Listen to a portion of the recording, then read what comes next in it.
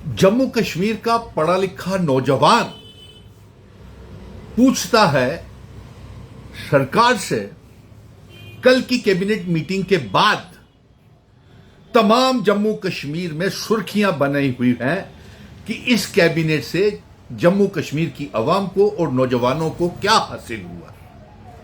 अगर हासिल हुआ तो वो 90 एमएलएस थे जिनके लिए नई गाड़ियां खरीदने के लिए लोन दिए जाएंगे, नए घर बनाने के लिए लोन्स दिए जाएंगे, सैर सपाटे के लिए टीएडीए दिया जाएगा और फैसिलिटीज दी जाएंगी। लेकिन अफसोस है कि जम्मू कश्मीर का नौजवान जो 2014 के बाद एब्रोगेशन ऑफ आर्टिकल 370 के बाद दरबदर हो गया, रियासत को तोड़ने के बाद आज वो पूछता है जम्मू कश्मीर का नौजवान कि हमारे लिए सरकार क्या कर रही है। कैबिनेट की मीटिंग हुई, उम्मीदें सारे नौजवानों की टूट गई। लेकिन मैं आप लोगों से ये बताना चाहता हूं, कैबिनेट मीटिंग में वही एजेंडे डिस्कस होते हैं जो सरकार वही एजेंडे डिस्कस करती है जो एमएलएस लोग जो सरकार से मांग करते हैं। और अफसोस की बात है कि नौजवानों की मांगें जो हैं या तो उन्हें जानकारी नहीं है। कैबिनेट मीटिंग का मतलब यह होता है कि 90 एमएलएस जो लेजिस्लेचर्स जो कानून बनाएंगे, आप 90 एमएलए चुन करके भेजे हैं आपने, वो 90 एमएलए जो कानून बनाएंगे, जो बात असेंबली में करेंगे, वही कैबिनेट में पास होगा। और कल की मीटिंग, कैबिनेट मीटिंग से अगर डिसअपॉइंटमेंट जम्मू कश्मीर के लोगों को हुई है तो पत्रकार मित्र मुझसे ये पूछ रहे थे, तो इसके लिए डिसअपॉइंटमेंट के लिए 90 के 90 एमएलए जिम्मेवार है, जिनमें से एक ने भी नहीं कहा कि हमें घर बनाने के लिए लोन नहीं चाहिए, हमें प्लॉट खरीदने के लिए लोन नहीं चाहिए, हमें सैर सपाटे के लिए हमें टीएडीए नहीं चाहिए, नई गाड़ियां लेने के लिए टीएडीए नहीं चाहिए। किसी एमएलए ने 90 के 90 एमएलए ने, मैं नौजवानों से पूछता हूं, किसी ने इनकार किया कि हमें यह नहीं चाहिए? किसी ने यह इनकार किया कि हमें अवाम के लिए, नौजवानों के लिए रोजगार चाहिए? किसी ने मांग की? किसी ने पढ़े लिखे नौजवान के लिए वो मांग की? नहीं की। इस वीडियो को ज्यादा से ज्यादा शेयर करते जाएं ताकि एक आईना जो मैं सरकार को, 90 एमएलएस को, जम्मू कश्मीर के नौजवान जिस दौर से गुजर रहे हैं उनका एक आईना खाका खींच करके इसमें मैं तस्वीर अवाम की दिखा रहा हूं। आज मैं जो बात करने जा रहा हूं वो तमाम एसपीओज की बात करने जा रहा हूं, तमाम डेली वेजर्स की बात करने जा रहा हूं, वो vocational trainer, cluster resources coordinator, disengage 2014-15 के टीचर्स, वो सीजनल टीचर्स, वो नीड बेस्ड अरेंजमेंट के तहत लेक्चरर्स, असिस्टेंट प्रोफेसर जो कॉलेजेस में पढ़ा रहे हैं, उनकी बात करने जा रहा हूं। और यही नहीं, आयाज की बात, कंटीजेंट पेड वर्कर्स की बात, लैंड डोनर्स की बात, सीजनल टीचर्स की बात मैं करने जा रहा हूं, जिनकी फैसले, जिनको लेकर के कैबिनेट मीटिंग में फैसला लिया जाना चाहिए था, लेकिन नहीं, क्योंकि 90 एमएलएस ने जो मांगे सरकार से की, वही कैबिनेट ने पास कर दी।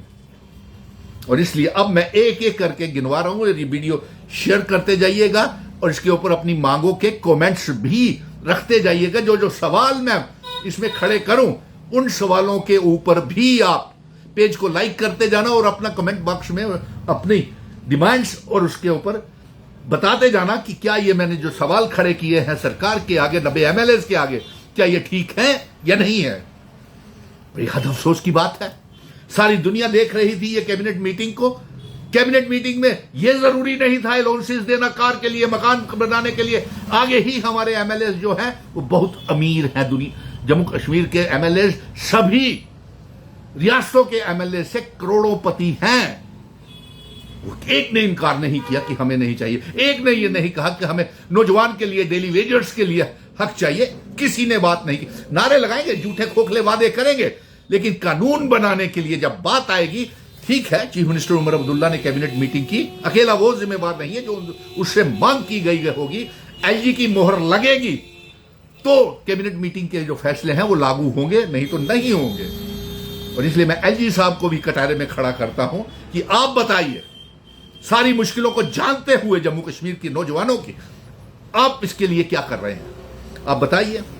Vocational trainer, cluster resources coordinators, seasonal teachers, क्या उनका समय पीरियड बढ़ाया? क्या उनके लिए जॉब पॉलिसी बनाई? क्या उनकी तनख्वाहें बढ़ाई? क्या पीएचई, पीडीडी, पीडब्ल्यूडी के डेली वेजेस के लिए मिनिमम वेजेस एक्ट तमाम डिपार्टमेंट के, क्या उनके लिए आपने मिनिमम वेजेस एक्ट लागू किया? मिनिमम वेजेस एक्ट दिल्ली में देखिए, दिल्ली में 25,000 रुपया मिनिमम वेजेस एक्ट है, और हरियाणा में 25,000 है। और इसके साथ साथ जो cluster resources coordinator, vocational trainers की और नीड बेस्ड अरेंजमेंट के तहत जो असिस्टेंट प्रोफेसर डिग्री कॉलेजेस में पढ़ा रहे हैं, उनके यूजीसी के ग्रेड के मुताबिक 57,000 तनख्वाह है। ये फैसले कैबिनेट मीटिंग में, ये सवाल क्यों नहीं, इसके ऊपर गौर क्यों नहीं किया गया कि एमएलएज को आपने 3 लाख, पहले 1.5 लाख से 3 लाख उन्होंने तनख्वाहें बढ़ाई, किसी ने इनकार नहीं किया। अब अलाउंसेस भी, यानी कि ये साल कुल मिला करके ये 5-6 लाख रुपए से ज्यादा, और उसके बाद जो अपने अपने इलाके में जो काम डेवलपमेंट के जो काम करवाएंगे, गलियां नालियां सड़कें, ब्लैक टॉपिंग का, उसकी भी कमीशनें ठेकेदारों से ये एमएलए खाएंगे। बताइए, जवाब दीजिए इसका। एसपीओस जो भुखमरी के शिकार हो रहे हैं, जो अपने मां बाप का पालन नहीं कर पा रहे, वो आयास, वो कंटीजेंट पेड वर्कर्स, वो लैंड डोनर्स, वो पीएचई, पीडीडी, पीडब्ल्यूडी के डेली वेजर्स, वो नेशनल यूथ कॉर्प्स के बच्चे, वो एसपीओस, 2,500 हजार रुपए पे नेशनल यूथ कॉर्प्स के बच्चे काम कर रहे हैं। दिन में 80-80 रुपए की तनख्वाह के ऊपर हमारी कंटीजेंट पेड वर्कर्स काम कर रहे हैं। मिड डे मील्स के आंगनवाड़ी वर्कर्स मामूली सी तनख्वाह के लिए काम कर रहे हैं। फैसला कैबिनेट में लेना था तो इनके लिए लेना था, इनके लिए आवाज उठानी थी। लेजिस्लेटर में एमएलए चुन करके भेजे हैं, आपको इनके लिए कानून बनवाने चाहिए थे, जिन बच्चों की मैं बात कर रहा हूं। सुनील डिंपल तो ये जंग लड़ेगा आखिरी एक एक नौजवान के साथ, 18 से 40 साल के बीच के नौजवानों के साथ आखिर तक खड़ा रहेगा। वाह, किसान खिदमतगर, कृषि उद्यमी जो बच्चे हैं, वो रहबरे खुराक के तहत जिन सीएपीडी फेयर प्राइस डीलर्स को वादा किया गया था कि आपको नौकरी लगाई जाएगी, ये कैबिनेट मीटिंग में फैसला लेना था उमर शाह। लेकिन आपने तो एमएलए को खुश करने के लिए, उनकी सैर सपाटे के लिए उनको अलाउंसेस दे दिए, इतने मजे कर लूटने के लिए उनको इतने इंसेंटिव्स दे दिए, तो फिर आप क्या करेंगे? इसका मतलब है यह हुआ कि सरकार कमजोर है। आप तो कैबिनेट में मीटिंग्स के मिनट्स भी आप नहीं निकाल पाए, क्योंकि जब तक लेफ्टिनेंट गवर्नर की मोहर नहीं लगेगी, lieutenant governor Bharatiya Janata party का है, जब तक वो मोहर नहीं लगाएगा तब तक वो फैसले लागू नहीं होंगे। इसीलिए मैं एलजी साहब आपको भी बताता हूं, होम डिपार्टमेंट आपके पास है, पुलिस, फायर एंड इमरजेंसी आपके पास है। क्या कभी आपने फायर एंड इमरजेंसी को 4-4 साल हो गए हैं, तनख्वाहें और यूनिफॉर्म्स मिले हुए, क्या रिस्क अलाउंस दिए हैं उनको? क्या रिस्क अलाउंस के साथ साथ वो इतने खतरे के साथ खेलते हैं आग के साथ बुझाने के लिए जो फायर एंड इमरजेंसी के है, क्या उनको कभी वो वाले अलाउंसेस दिए, सेफ्टी अलाउंसेस? अब ना जाने आपके डिपार्टमेंट में उनको क्या कहते हैं, लेकिन मुझे तो यहां तक जानकारी आई है एसपीओस रो रहा है, पुलिस विभाग के और फायर एंड इमरजेंसी के मुलाजिम रो रहे हैं, उनको रिस्क अलाउंसेस नहीं मिल रहे। यही नहीं, एसपीओस के घर टूट रहे हैं, सीजनल टीचर्स एसपीओस के घर टूट रहे हैं, उनके घर वाले, उनकी बीवियां जो हैं, उनके ससुराल वाले, लड़कियों के ससुराल वाले लड़की से और लड़के के ससुराल वाले लड़के से पूछते हैं ये कैसे सीजनल टीचर्स हो, ये कैसे आप 24 घंटे की एसपीओस की नौकरी करते हो, कि आपके बच्चे नहीं पल पा रहे, आप अपने माँ बाप का इलाज नहीं करवा पा रहे, आप अपने बच्चों को स्कूल नहीं दे पा रहे, और बीवियां तक नाराज है अपने घर वालों से, खामद के साथ तंग आ गई है कि हम घर चलाएं तो चलाएं कैसे। सारे जिम्मेवार ये सरकार है। शुक्र है अभी दिल में जो दर्द है वो मैं बोल रहा हूं, और इसके साथ साथ मैं ये भी बता देना चाहता हूं कि आज मैंने इसीलिए ये खुलासा किया है कि लोग परेशान हैं, लोग देख भी रहे हैं, 90 के 90 एमएलए भी देख रहे हैं, लोग सुनील डिंपल को भी देख रहे हैं। लोग इसका फैसला करेंगे कमेंट बॉक्स में कि सुनील डिंपल क्या सच बोल रहा है या नहीं। मैं लोगों से कहूंगा इस वीडियो को ज्यादा से ज्यादा शेयर करें, पेज को लाइक करें, कमेंट करें कि क्या आपको वो सरकारी स्कूलों में आयास, वो आंगनवाड़ी वर्कर्स, वो आशा वर्कर्स जिनसे आप हर विभाग का डिपार्टमेंट का काम लेते हैं, वो आया जो 31 मार्च के बाद जो डिसंगेज आप कर दोगे, वो 2014 और 15 के पढ़े लिखे नौजवान 2018-19 में रियासत को तोड़ते ही आपने उनको डिसंगेज कर दिया। ये तो शुक्र है कि हमने मेहनत करके वो 10+2 के लेक्चरर्स जो डिसंगेज किए थे रियासत तोड़ने के बाद और एब्रोगेशन ऑफ आर्टिकल 370 के बाद, उनको हम रेगुलराइज कर रहे हैं। लेकिन अफसोस तो इस बात का है कि ये सरकार ने पिछले 14 सालों में, 2014 के बाद 26 आ गया आज, नौजवान के लिए कोई दर्द नहीं है। पत्रकार मित्र मुझसे पूछ रहे थे, वो मुझे घेरने की कोशिश कर रहे थे कि आप रियासत के दर्जे की मांग कर रहे हैं। मैंने कहा जी कर रहे हैं, इसीलिए कर रहे हैं मेरा कि रियासत का दर्जा, हमारी आइडेंटिटी, कल्चर, डेमोग्राफी, इतिहास बदला ना जाए। हमें अपने हकूक, स्टेट सब्जेक्ट सिस्टम चाहिए। सो आखिर में मैं फिर से दोहरा देता हूं कि कैबिनेट मीटिंग की वजह से वो सारे बच्चे जितने भी हैं, एसपीओज, क्लस्टर सीआरसीज, वोकेशनल ट्रेनर्स, किसान खिदमतगार, land donors, MDM mid day meals के बच्चे, नेशनल यूथ कॉर्प्स, रहबरे खेल, जंगलात, सेहत, सब परेशान हैं। और एलजी साहब, आप तो एसपीओज का ध्यान कीजिए, उनमें से बहुत से एसपीओज ऐसे भी हैं जिन्होंने इनकाउंटर्स में बहुत से मिलिटेंट मारे हैं। आप उनको भी पक्का नहीं कर रहे और उनको भी आप दरबदर कर रहे हैं।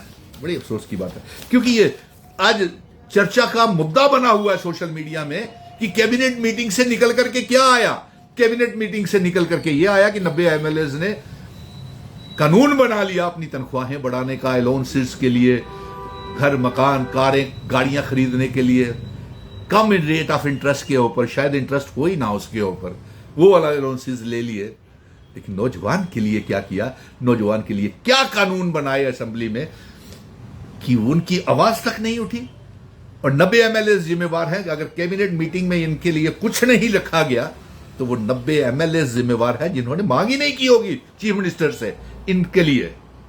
ये सारे सीआरसी, वीटीज, कृषि उद्यमीज, ये फेयर प्राइस डीलर्स, ये फायर एंड इमरजेंसीज के और जो एसपीओज की बात ही नहीं की होगी, तभी तो ये बातें चढ़ नहीं रही है। और उसके बाद ये भी बात करना जरूरी था कि 10-10 करोड़ रुपया, यानी कि 20 करोड़ रुपया नायब तहसीलदार की भर्ती के लिए और सब इंस्पेक्टर की पुलिस की भर्ती के लिए सरकार ने इकट्ठा कर लिया, लेकिन अभी तक उनको नौकरी नहीं दी गई।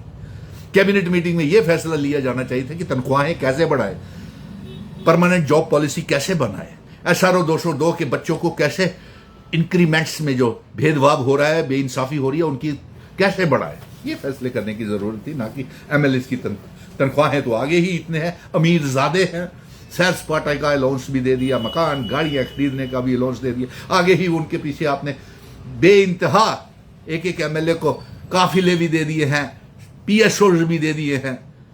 और सुनील डिंपल के पास जो पीएसओ थे, जिसे लाइफ की थ्रेट थी पाकिस्तान से, आतंकवादियों से, उसको पीएसओ दिया तो है, लेकिन एक पीएसओ से सुनील डिंपल का काम नहीं चलता है। मैं ये बात बिल्कुल मांग नहीं कर रहा हूं, क्योंकि सारा जम्मू कश्मीर का नौजवान मेरे साथ खड़ा है। मुझे किसी का डर ही नहीं है। डर होगा उनको जिन्होंने कुछ गलत किया होगा।